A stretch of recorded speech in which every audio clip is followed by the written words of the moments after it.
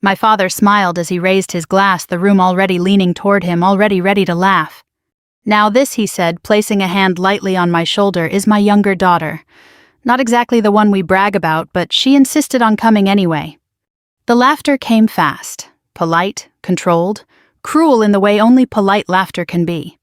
Then the Navy SEAL my sister was about to marry stepped forward, reached out to shake my hand, and froze. His eyes dropped to my posture, my insignia. He stepped back, and then in front of everyone he saluted. "Ma'am, Admiral." And just like that, my father's world cracked. The chandelier light above us felt too bright. That's what I remember first. Not the laughter, not the silence that followed, not even my father's hand still resting on my shoulder like he owned the moment. It was the light, golden and expensive and deliberate, pouring down over polished marble floors and carefully arranged flowers, illuminating every face in that room with the kind of clarity that left nowhere to hide. I didn't move. I didn't react. I simply stood there exactly where my father had positioned me, slightly behind him, slightly to the side. Not part of the center, never part of the center. His fingers pressed lightly against my shoulder as if reminding me where I belonged. "Relax," he added, just loud enough for the nearby guests to hear. "She takes things too seriously. Always has." More laughter. A woman in pearls covered her mouth, smiling into her wineglass. A man in a tailored suit nodded as if my father had said something universally understood. I felt the familiar tightening in my chest, not sharp, not overwhelming, just familiar. Recognition. Nothing had changed. Not really. I had spent years telling myself that distance would shift something between us. That time would soften him. That achievement, real, measurable, undeniable achievement, might one day force him to see me differently. But standing there under that chandelier surrounded by people who mattered to him, I realized something simple. To my father, I wasn't invisible. I was inconvenient. The Navy SEAL, Daniel Carter, my sister's fiancé, stepped forward, then his hand extended with easy confidence. He wore his dress uniform like it belonged to him, posture straight, gaze steady. There was nothing performative about him. No need to impress. "Daniel," he said, "I've heard a lot about you." I almost smiled at that. I reached out to take his hand.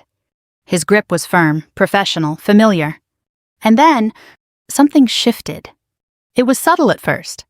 His eyes didn't leave mine, not in a social way, not in the casual scanning that happens during introductions. He was assessing. The way we're trained to assess.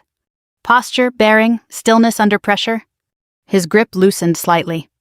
His gaze dropped briefly to the clean lines of my uniform, not the obvious details, not what civilians noticed. Something else. Something quieter. Then he stepped back. Just a fraction. But enough. Enough that the conversation around us faltered, enough that the air changed. And then, he saluted. Clean, precise, unmistakable. "Ma'am," he said, voice steady, "Admiral." The room stopped. Not gradually, not in a ripple. Completely. It was the kind of silence that doesn't ask permission, the kind that takes over a space and holds it still. I heard a glass clink somewhere in the distance, a chair shift, a breath caught too sharply. My father's hand fell from my shoulder. I didn't look at him. I kept my eyes on Daniel. Because I recognized that moment. I had lived inside that moment before, the instant when truth surfaces without warning, when a situation reveals itself not as it was presented, but as it actually is. His salute held for exactly the right length of time. Then he lowered his hand. "Apologies," he added, his tone unchanged. "Didn't expect to meet you here." I nodded once. "No need to apologize," I said quietly. My voice sounded exactly the way I needed it to. Even controlled. Untouched. Behind us, the room began to breathe again. Whispers low and uncertain threaded through the silence. "Admiral? Did he just say?" That can't be right. I turned then. Not toward the crowd. Toward my father. Frank Whitman stood exactly where he had been, glass still in hand posture, still upright. But something in his expression had fractured. Not fully, not visibly, not yet. But enough. His smile didn't quite reach his eyes anymore. "Daniel," he said, forcing a lightness into his voice that didn't quite land. "You must be mistaken." Daniel didn't respond immediately. He didn't rush to correct himself. He didn't backtrack. Instead, he glanced at me. A question. "Permission?" I gave the smallest shake of my head. "Not now. Not like this." He understood. Of course he did. Perhaps he said evenly. Wouldn't be the first time I've misread a situation. It was a perfect answer. Neutral, respectful, non-committal. But the damage had already been done. Because the word had been spoken. Admiral? And words like that don't disappear. They linger. They settle. They reshape perception in ways that can't be undone. My father let out a short laugh, too quick, too sharp. "Well," he said, lifting his glass again, "let's not get carried away. My daughter has always had a flair for dramatics." A few people chuckled. Not all of them. Not this time. I could feel it, the shift. Subtle but real. The room was no longer leaning entirely toward him. And he knew it. I stepped back slightly, easing out from beside him. Not abruptly. Not defiantly. Just enough to reclaim my own space. "I think I'll get some air," I said. No one stopped me. No one argued. Because for the first time since I had walked into that house, I wasn't the least important person in the room anymore. I moved through the hallway quietly past framed photographs of a life I had never quite belonged to. My sister's graduation, my father's business awards, charity galas, smiling faces arranged in perfect alignment. There were no photos of me. Not recent ones anyway. The front door opened with a soft click. Cool evening air met me immediately, carrying the faint scent of cut grass and distant traffic, the kind of ordinary smell that felt grounding after a room built entirely on appearances. I stepped outside and let the door close behind me. Silence. Real silence. I exhaled slowly. My hands were steady. My breathing was controlled. But beneath that, something had shifted. Not anger. Not satisfaction. Clarity. Because for years I had believed the conflict between my father and me was personal, emotional, something rooted in misunderstanding or disappointment or difference. Standing in that room, hearing him reduce me to something small, something insignificant, and then watching that narrative crack in a single unplanned moment, I understood something else. This wasn't about who I was. It was about what he needed me to be. Manageable. Explainable. Contained. And for the first time, that version of me no longer existed. Behind me, the door opened again. I didn't need to turn to know who it was. "You should have said something." My father's voice came tight with controlled frustration. I faced forward, looking out over the darkened street. "There wasn't anything to say," I replied. A pause. "You embarrassed me," he said. I let that sit between us. Then quietly. I didn't say a word. Silence stretched. Thicker this time. He stepped closer. "You're going to explain this," he added. Not a question, a statement. I finally turned. Met his eyes. "No," I said. And for the first time in my life, I meant it. The night air lingered on my skin long after I stepped back inside. The house sounded different now. Not louder, if anything quieter, but the quality of the noise had changed. Conversations were tighter, more careful. Laughter came in short bursts, followed by glances. People were no longer just enjoying the evening. They were recalibrating. I walked past the living room where the earlier introduction had taken place. The same chandelier still glowed overhead, but the room felt smaller somehow. Or maybe it was just that the illusion had shifted. A few guests looked up as I passed. This time they didn't look through me. They looked at me. Curiosity had replaced dismissal, and curiosity I'd learned over the years was far more dangerous. I didn't stop. I moved toward the back hallway instead, where the noise faded into something manageable. The walls were lined with photographs frames arranged in perfect symmetry, every image curated. My father believed in presentation. He always had. I slowed in front of one frame. My sister Emily stood in a white dress, smiling at something just outside the camera's view. My father stood beside her, hand resting proudly at her back. They looked like a magazine cover, effortless, polished, complete. I wasn't in that photo. I wasn't in most of them. There had been a time when that absence hurt. When I was younger, I used to notice it immediately, Every wall, every album. I'd search for myself the way a child looks for proof they belong. Sometimes I'd find one tucked into a corner or taken before I'd grown into the version of myself my father no longer recognized. Other times there was nothing. And over time I stopped looking. Funny, isn't it? Emily's voice came from behind me. I turned. She leaned against the doorway, arms folded loosely, her expression unreadable. Up close, she looked exactly the way people expected her to, graceful, composed, the kind of beauty that didn't need explanation. "You always stop at that one," she said, nodding toward the photo. I didn't realize I did. She smiled faintly. "You do." Silence settled between us, not uncomfortable, just familiar. We had never fought the way other siblings did. No dramatic arguments, no shouting matches. Our distance had always been quieter than that. More permanent. "Daniel seems impressed," she said after a moment. I met her gaze. "He's observant." "That's one way to put it." She stepped further into the hallway, her heels soft against the wood floor. "Is it true?" she asked. The question hung in the air, carefully neutral. I didn't answer immediately. Instead, I studied her. Emily had always been good at this, asking without asking, positioning herself so that she never had to commit first. It wasn't manipulation exactly. It was preservation. "Does it matter?" I asked. She tilted her head slightly. "It might." "To you," I pressed. A pause. Then quietly to Dad. "Of course." I nodded once. "That sounds right." She exhaled just barely. "You know how he is," she said. "He doesn't like being surprised." No, I agreed, he doesn't. We stood there for another moment, the weight of unsaid things pressing in around us. "You could have told us," she added. I considered that. When I asked. At Thanksgiving, between the polite questions and the polite silence. Or maybe at Christmas, right after Dad introduced you as the one he was proud of. Her jaw tightened slightly. "That's not fair." "No," I said evenly, "it's accurate." She looked away first. "That wasn't new."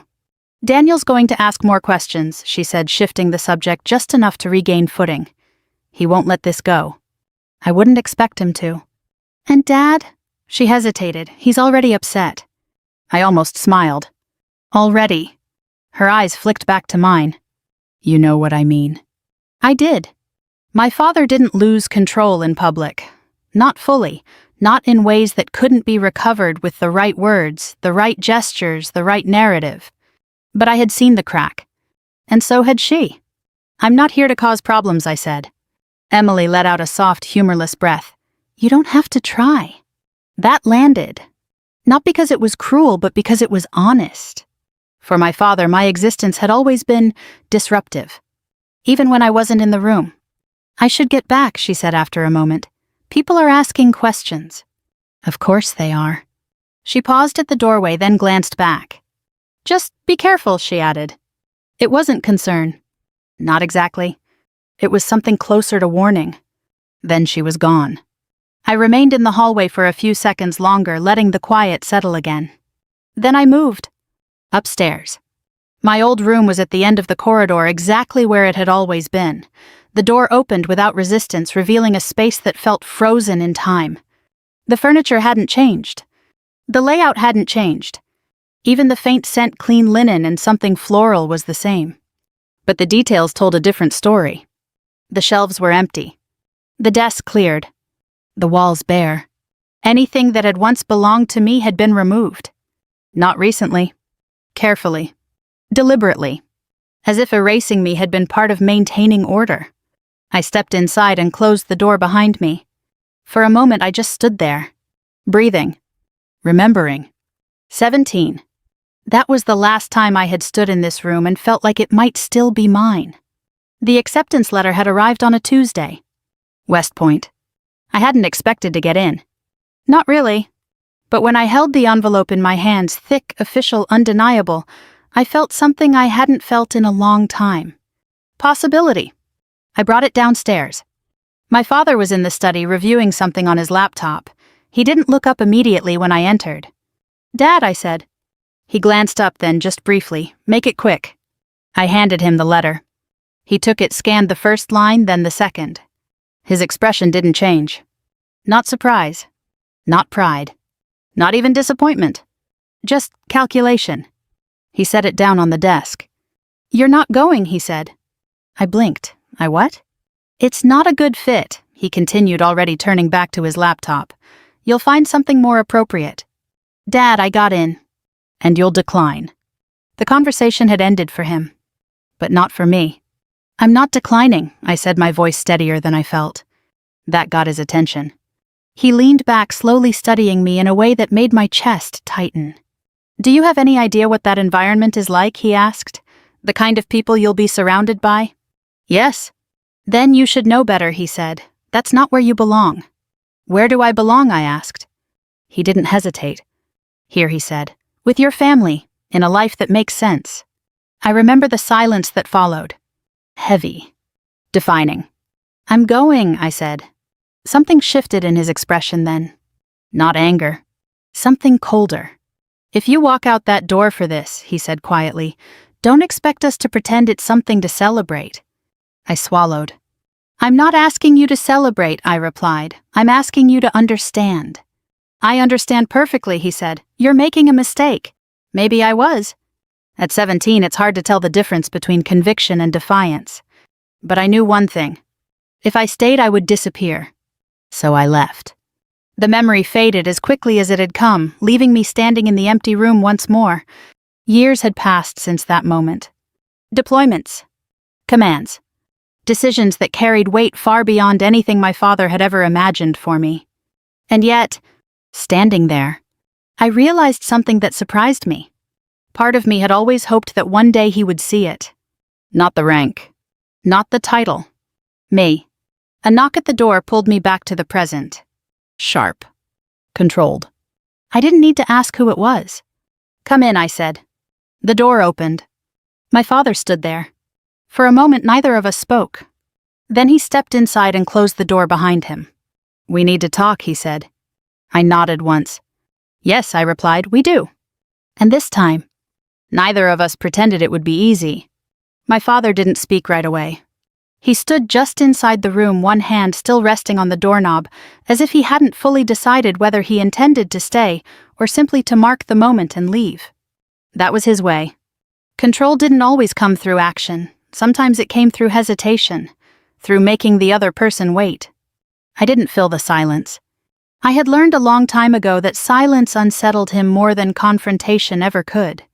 Finally, he stepped forward. Slowly, deliberately. His gaze moved across the room, taking in the stripped shelves, the empty walls, the absence of anything that once belonged to me. You've kept it minimal, he said. It was almost a compliment. Almost. I don't live here, I replied. No, he agreed, you don't. Another pause. Then he turned to face me fully. Explain what happened downstairs. Not a question. Never a question. I leaned lightly against the edge of the desk, folding my arms, not defensively, just comfortably, grounded. There's nothing to explain, I said. He recognized something. He reacted. That's not how this works, my father snapped, the first crack in his composure surfacing. People don't just salute strangers. I'm not a stranger. His jaw tightened. To him he pressed. I held his gaze. Number. The word settled between us like something solid. Unmovable. He exhaled sharply through his nose, pacing once across the room before stopping again. You're going to tell me exactly what you've been doing, he said. And I want the truth this time. I almost laughed. Not because it was funny, but because of how familiar it felt. The assumption. The idea that the truth had always been available to him if only I had chosen to share it properly. I've always told you the truth, I said quietly. No, he countered immediately. You've told me pieces, you've withheld context, I've told you what you were willing to hear, I interrupted. That stopped him. For a moment, something unreadable flickered across his face. Then it was gone. You think this is a game, he asked. I think you're uncomfortable, I replied. Silence. Heavy, pressing. He stepped closer, his voice lowering. You embarrassed me in front of people who matter, he said. Do you understand that? I met his eyes without flinching. I didn't say anything, I repeated. That's not the point. No, I agreed, it is. His expression hardened. You've always been difficult, he said. Always pushing, always resisting. It's exhausting. I considered that.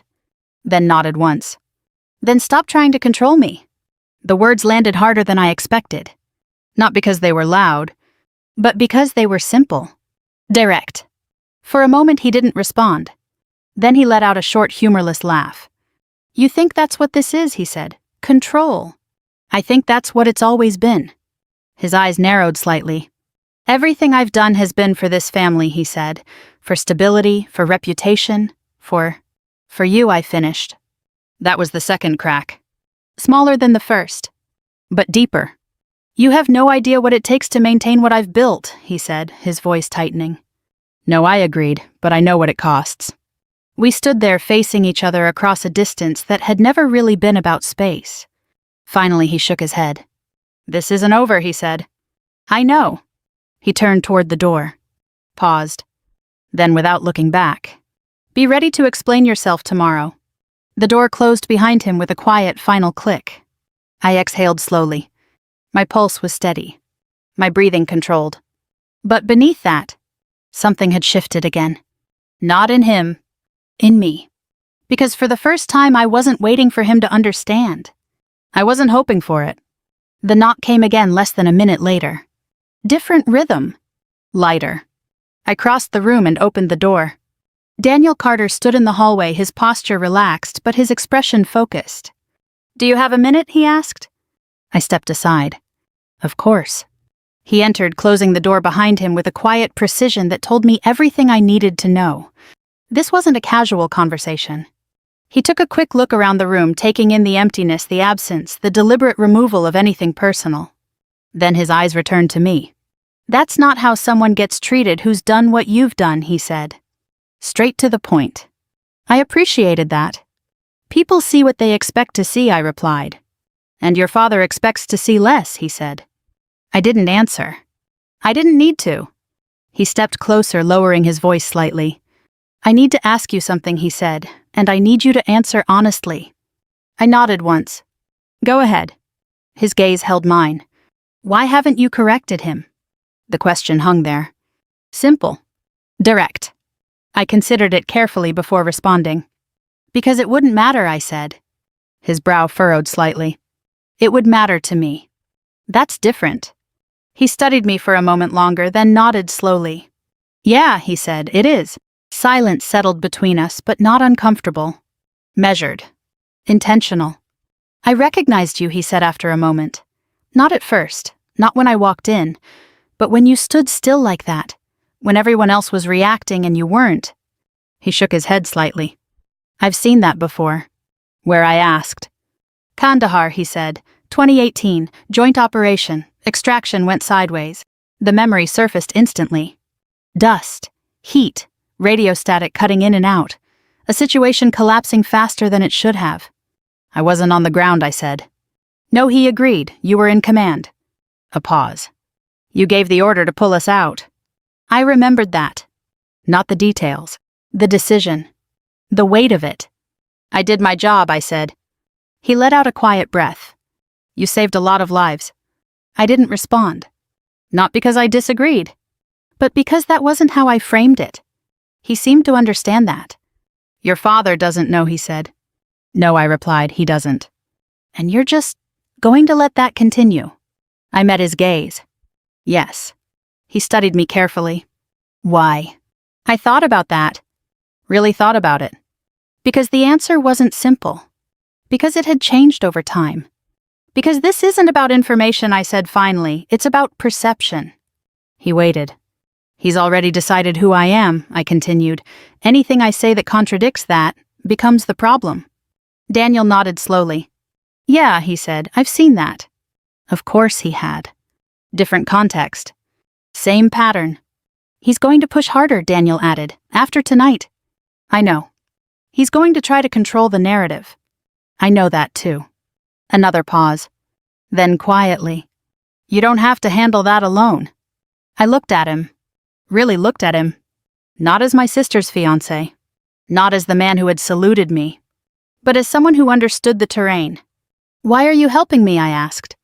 He didn't hesitate. Because I don't like watching people get misrepresented, he said. And because I've been on the receiving end of that before. That told me enough. He wasn't doing this out of obligation, or curiosity, or even respect. He was doing it because he recognized something. Something familiar. I nodded once. Then we should be careful, I said. A faint smile touched his expression. I was hoping you'd say that. He reached into his pocket and pulled out his phone, tapping the screen before handing it to me. A document. Official. Clean. Recognition report, after action summary. My name was there. My command. My decision. Verified. I shouldn't have this, he said, but I do. I handed the phone back. You don't need to use it, I said. He tilted his head slightly. No, he agreed, but you might. I considered that. Then shook my head. Not like that. His eyes sharpened. How then? I held his gaze. We don't correct him, I said. We let him reveal himself. A slow understanding spread across his face. Publicly, he said. Yes. On his terms. Exactly. He let out a quiet breath. That's risky. I nodded. I know. Silence settled again. But this time it felt different. Aligned. Strategic. Tomorrow night, he said. Engagement dinner, full guest list. People who matter to him. I met his eyes. Yes. He nodded once. Then we'll be ready. He turned toward the door, pausing just before he opened it. For what it's worth, he added, glancing back, you handled that room better than most commanding officers I've worked with. I allowed the smallest hint of a smile. Training, I said. He nodded. Yeah, he replied, I figured. The door closed behind him. I stood alone in the room again. But not the same way as before. Because now, this wasn't just about enduring. It was about positioning. And tomorrow, the narrative would shift. Not because I forced it to, but because I allowed the truth to surface. Exactly where it couldn't be ignored. The house was quieter the next morning. Not empty, never empty, but restrained. The kind of quiet that follows a disturbance people haven't agreed on how to discuss yet. I woke before sunrise. That hadn't changed. Years of service had rewired something fundamental in me. Even in unfamiliar places, even in a bed that didn't belong to me, my body still defaulted to readiness. Stillness first. Awareness second. Movement last. I sat at the edge of the bed for a moment, letting the light filter in through the curtains. Then I stood. The hallway outside my room was dim, the overhead light still off. Downstairs I could hear the faint clink of porcelain, someone in the kitchen. Not a guest. Too early. I moved quietly down the stairs. My father stood at the counter, coffee already poured, a tablet propped up in front of him. He didn't look up when I entered. I was wondering when you'd come down, he said. His tone was neutral. Too neutral. I stepped into the room, stopping a few feet away. Good morning, I replied. He tapped something on the screen, then turned the tablet toward me. An article. Local outlet. Clean layout, professional tone. The headline didn't mention my name. But it didn't need to.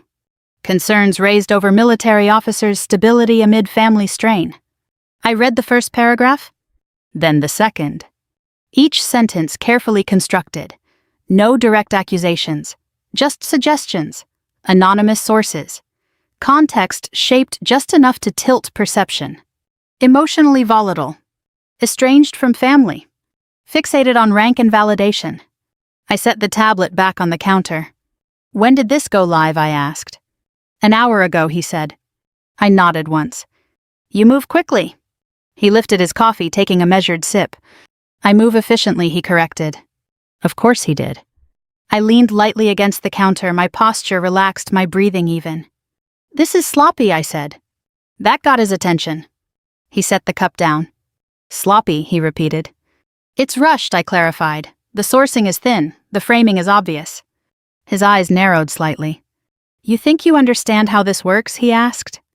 I think I've seen enough versions of it, I replied. Silence stretched. Then he smiled. Not warmly. You always did overestimate your perspective, he said. Maybe I allowed, but this won't hold. He stepped closer. It doesn't need to hold, he said quietly. It just needs to introduce doubt. There it was. Not denial. Not defense. Strategy. I studied him for a moment. You're building a narrative, I said.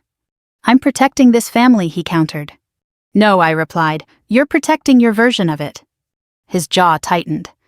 They're the same thing, he said. They're not. Another pause. Longer this time. Then he turned away, picking up a folder from the counter. Tonight, he said, placing it in front of me is important. I didn't touch it. Emily's future depends on how this evening goes, he continued. Her fiancé's family, their connections, their expectations. I'm aware. Then you understand why we need to be aligned. Aligned. The word settled heavily between us. I'm not interested in alignment, I said. He ignored that. Inside that folder, he continued tapping it lightly, is a simple agreement. I didn't need to open it. I already knew. You'll keep a low profile tonight, he said. No uniform, no discussions about your work, no surprises. I don't plan to cause a scene. That's not enough, he replied. You'll also sign the document. I looked at the folder. Then back at him. What document? He smiled slightly. Asset consolidation, he said. Your mother's estate was never properly structured. This simplifies things. By removing my claim. By clarifying it. In your favor. In the family's favor. I let out a slow breath. You've already decided how this ends, I said. Yes, he replied, I have. I picked up the folder then. Opened it. The language was precise, legal, final. Irrevocable transfer, full relinquishment of claim, effective immediately. I closed it. You're asking me to give up everything my mother left me, I said. I'm asking you to do what's right, he corrected. For who? For your sister. Of course. She's starting a new life, he continued. She needs stability, support. And You don't need a house you never use, he said. You don't need assets you don't manage. You have your career. The way he said it. Dismissive. Contained. I'm not signing this, I said. The words were quiet. Final. His expression didn't change immediately. But something behind it did. You haven't even had it reviewed, he said. I don't need to. That's not how responsible people operate. That's not what this is about. His voice sharpened. This is about family. No, I replied. It's about control. The word landed clean. He took a step closer. You're going to make this difficult, he said. I'm going to make this clear. Silence. Then slowly he nodded. Fine, he said. Have your attorney review it. I raised an eyebrow. You're offering that. I'm allowing it, he corrected. There it was again. The language of ownership. Even now. I placed the folder back on the counter. I'll have my lawyer contact yours, I said. His eyes flashed. Just for a moment. You're bringing lawyers into this, he asked. You already did. That's different. No, I said, it's not. He turned away again, pacing once across the kitchen before stopping at the window. For a few seconds, neither of us spoke. Then, you're making a mistake, he said. I didn't respond. You always do this, he continued. You push, you resist, you turn everything into a confrontation. I'm setting a boundary. You're creating a problem. I'm refusing to be one. That stopped him. He turned back slowly. You think you're in control here, he said. I met his gaze. I know I am. Silence settled again. But this time, it was different. Because for the first time, he didn't immediately know how to respond. My phone buzzed in my pocket. I ignored it. So did he. After a moment, he let out a slow breath. This isn't over, he said. I didn't expect it to be. He nodded once. Then picked up his coffee, finishing it in a single controlled motion. Tonight, he added, you'll do exactly what I've asked. I didn't answer. Because we both knew I wouldn't. He left the kitchen without another word. The sound of his footsteps faded down the hallway, replaced by the quiet hum of the house waking up. I stood there for a moment longer. Then reached into my pocket and pulled out my phone. A message. From Daniel. Daniel, he posted something. Check the link. I opened it. The same article. Already spreading. Shares, comments, reactions. The narrative was taking shape. Fast. I exhaled slowly. Then typed back. Me understood. Another message came through almost immediately. Daniel, we need to talk before tonight. I stared at the screen for a second. Then replied. Me agreed. I slipped the phone back into my pocket and glanced once more at the folder on the counter. At the clean lines of the document. At the version of my life my father had already decided for me. Then I turned away. Because this wasn't about reacting anymore. It was about timing. And tonight, he would make his move. And when he did, he would do it in front of everyone who mattered to him. Which meant, he would do it exactly where the truth could no longer be contained. We met where no one would think to look. A small coffee shop just outside town, tucked between a dry cleaner and a law office, the kind of place that didn't attract attention, because it wasn't trying to. No polished marble, no curated lighting. Just worn wooden tables, the low hum of conversation, and the steady rhythm of an espresso machine working through the morning. Honest. Unremarkable. Safe. Daniel was already there when I arrived, seated in the far corner with his back to the wall, a clear line of sight to both the entrance and the counter. Of course he was. He looked up as I walked in, gave a brief nod, and slid a second cup of coffee toward the empty chair across from him. "Black," he said. "Figured you didn't complicate things." I sat. "You figured right." For a moment neither of us spoke. Not out of uncertainty, but because silence when used correctly is part of preparation. "Have you seen it?" he asked finally. "I have."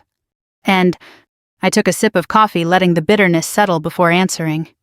"It's exactly what I expected," I said. "Fast, controlled, enough truth to make the rest believable." He nodded. "Yeah, that tracks." A pause. "He's not going to stop," Daniel added. "Not after last night." "I know. He's going to escalate." "I know that too." He studied me for a moment, then leaned forward slightly. "Then let's talk about what happens next." I set the cup down. "Go ahead." He pulled out his phone, unlocking it with a quick motion before turning the screen toward me. A document. Official. Clean. Recognition report. After-action summary. Names, dates, coordinates. Decisions made under pressure. My decisions. "You said you didn't want to use this," he said, "and I get that.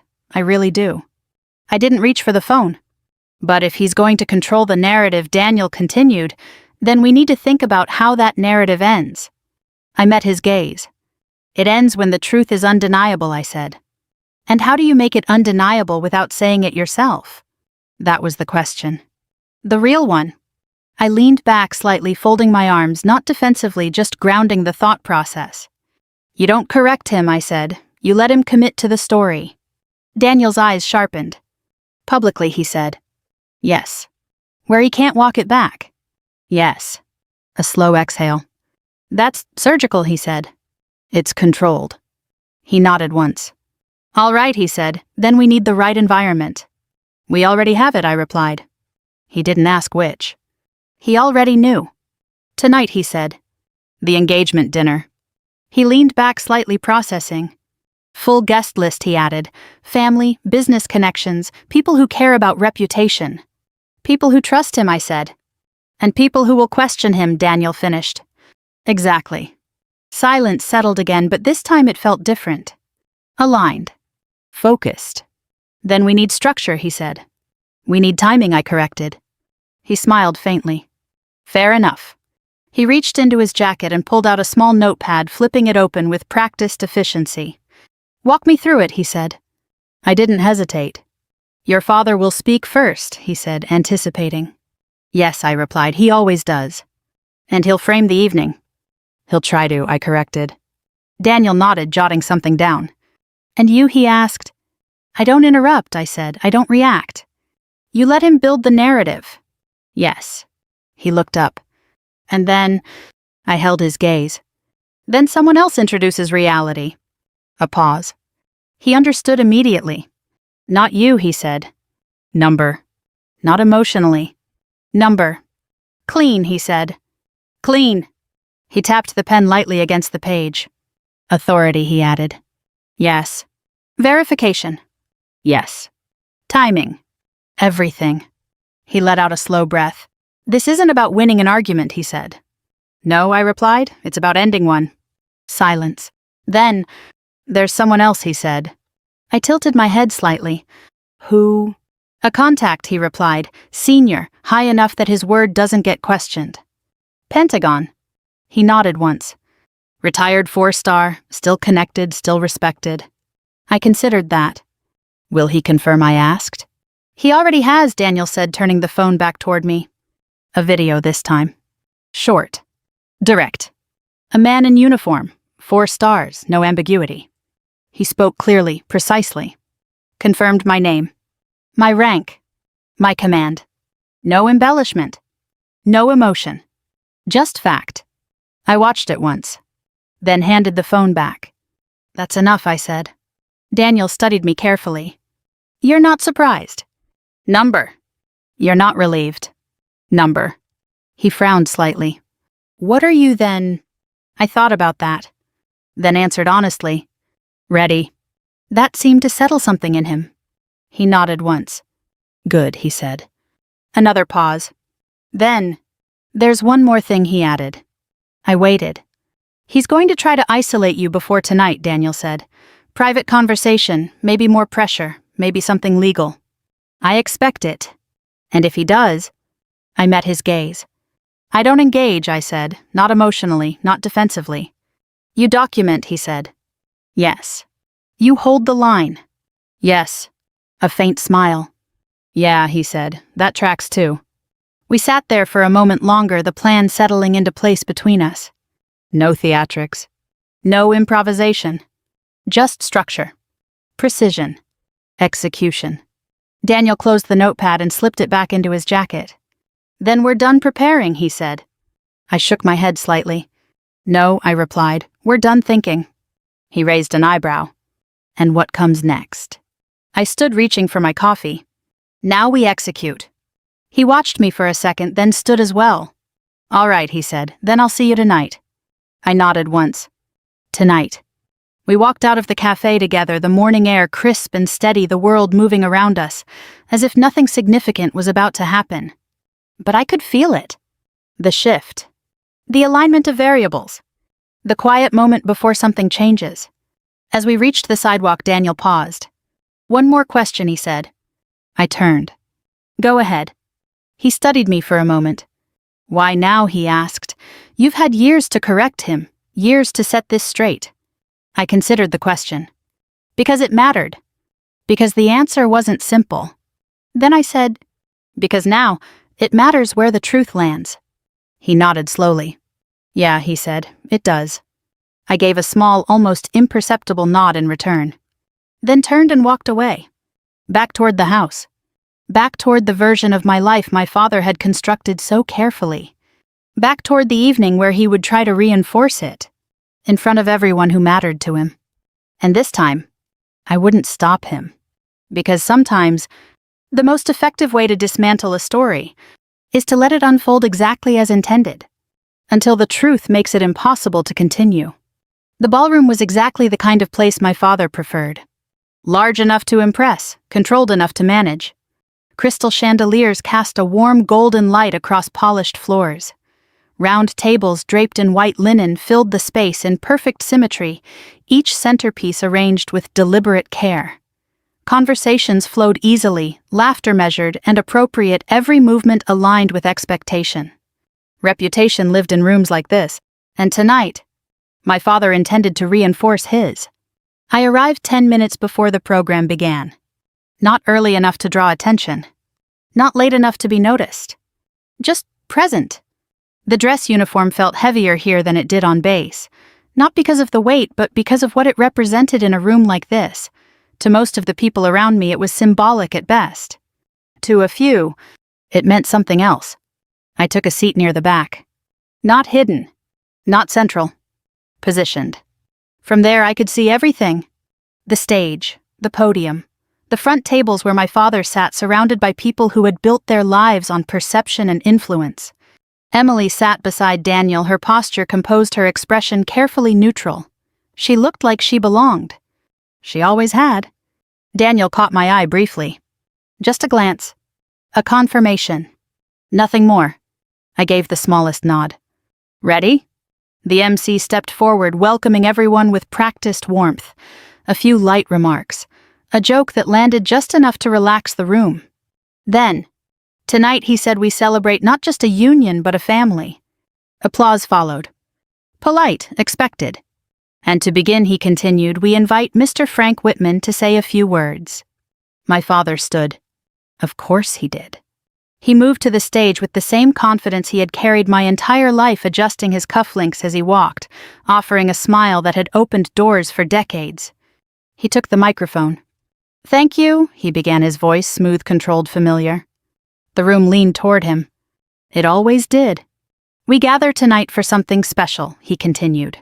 A moment of transition, of growth, of legacy. He paused, letting the words settle. My daughter Emily, he said, gesturing toward her, has always understood what it means to build something meaningful, to choose wisely, to represent this family with grace. Applause. Emily smiled politely. My father let it linger just long enough. Then, not all paths are as clear, he added, his tone shifting just slightly. Not all choices lead where we expect them to. The room grew quieter. Subtly. Carefully. He glanced toward the back. Toward me. Some people, he continued, lose their way. They chase things that sound important but forget what truly matters. There it was. Not direct. Not explicit. But clear enough. A few people shifted in their seats. Others nodded. The narrative was forming. Exactly as planned. I remained still. Hands folded. Breathing even. Let him speak. My father lifted his glass slightly. But tonight, he said, his voice warming again, we focus on what's right, what's stable, what's worth investing in. Applause followed. Stronger this time. More confident. He smiled. Satisfied. Because from where he stood, he believed he had regained control. He finished with a final toast, stepping back from the microphone as the room responded exactly as he expected. Then, Daniel stood. Not abruptly. Not dramatically. Just deliberately. He adjusted his jacket, stepped toward the stage, and reached for the microphone before the MC could transition. The shift was immediate. Not loud, but noticeable. Before we continue, Daniel said, his voice steady, there's someone here I need to acknowledge. The room quieted. Not completely, but enough. He didn't look at Emily. He didn't look at my father. He looked toward the back. Toward me. Every instinct in the room followed his gaze. I stood. Not quickly. Not reluctantly. Just steadily. Daniel took a breath. Then, Admiral Whitman, he said clearly. The words landed. Hard. Clean. Final. For a moment, nothing happened. Then everything did. Whispers broke across the room like a wave hitting glass. Admiral. Did he say, that's not possible? Daniel didn't rush. He didn't raise his voice. He didn't explain. He simply stepped back and saluted. Precise. Unmistakable. The kind of salute that carries weight not because of how it looks, but because of what it means. The room froze. I returned the salute. Equally precise. Equally controlled. Then lowered my hand. Behind Daniel, the screen flickered to life. No fanfare. No dramatic music. Just information. My name. My rank. My command. Official. Verified. Then, the video. The 4-star general. Clear, direct, unquestionable. Admiral Haley Whitman currently commands. That was enough. The room shifted. Not gradually. Decisively. People stood. Not everyone. But enough. Enough to change the energy. Enough to break the narrative. Applause followed. Slow at first. Then building. Not celebratory. Not emotional. Acknowledging. Recognizing. Correcting. I didn't move. I stood there letting the moment exist without trying to shape it. Because it didn't need shaping. It was already complete. My father stepped forward. Too quickly. Too late. This is absurd, he said, his voice tight. There's been a misunderstanding. No one responded. Not immediately. Because the room had already shifted. Because authority once introduced doesn't get easily dismissed. Daniel didn't look at him. He didn't engage. He simply stepped back from the microphone. His role complete. I met his eyes briefly. A single nod. That was all. I sat down. The applause continued for a few seconds longer, then faded into something quieter, something heavier. The MC hesitated, unsure how to proceed. My father stood near the stage, his expression caught between disbelief and calculation. For the first time, he didn't control the room, and everyone knew it. The program continued eventually, because it had to. Because events like this don't stop, they adjust. But nothing felt the same. Conversations were different now. Quieter. More deliberate. People looked at me differently. Not with curiosity. Not with dismissal. With understanding. And my father, he felt it. Every glance. Every shift. Every moment where his version of reality no longer aligned with what people now knew to be true. I didn't stay long. I didn't need to. The point had been made. The narrative had been corrected. And anything beyond that would only dilute it. I stood quietly and made my way toward the exit. No one stopped me. No one tried. Because sometimes the most powerful thing you can do is leave and let the truth remain, without you needing to stand there and defend it. I didn't remember the drive home. Not in the way people usually remember things. There were no clear turns, no specific streets, no passing landmarks that stood out and anchored the moment in place. Just motion. The quiet hum of the engine. The steady rhythm of headlights cutting through the dark. The kind of silence that doesn't press on you, it carries you.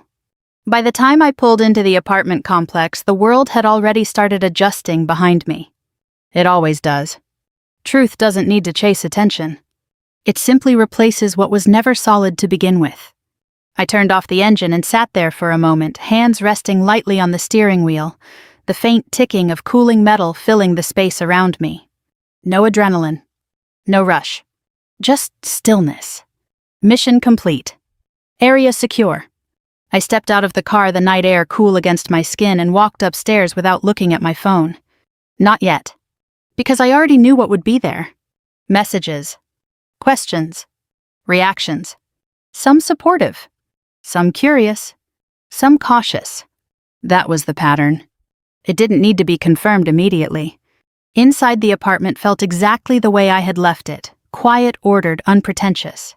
A space that belonged entirely to me, not shaped by anyone else's expectations. I set my keys on the counter and finally pulled out my phone. The screen lit up.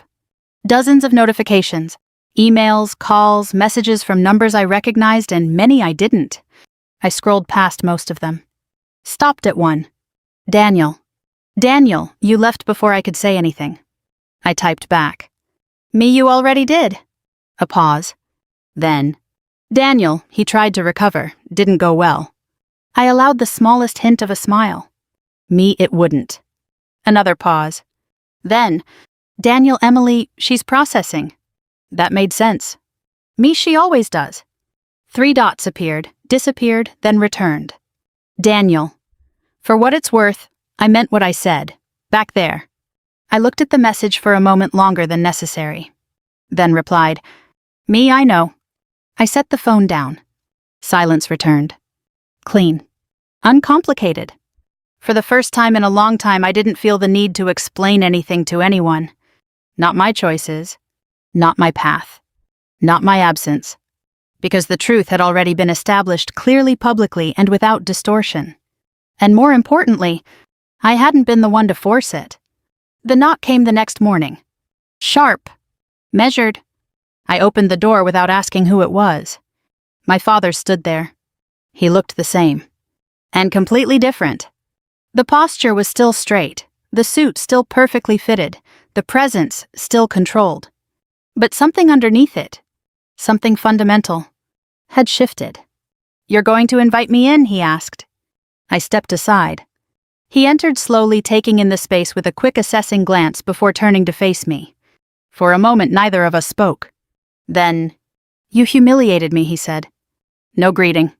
No transition. Just the statement.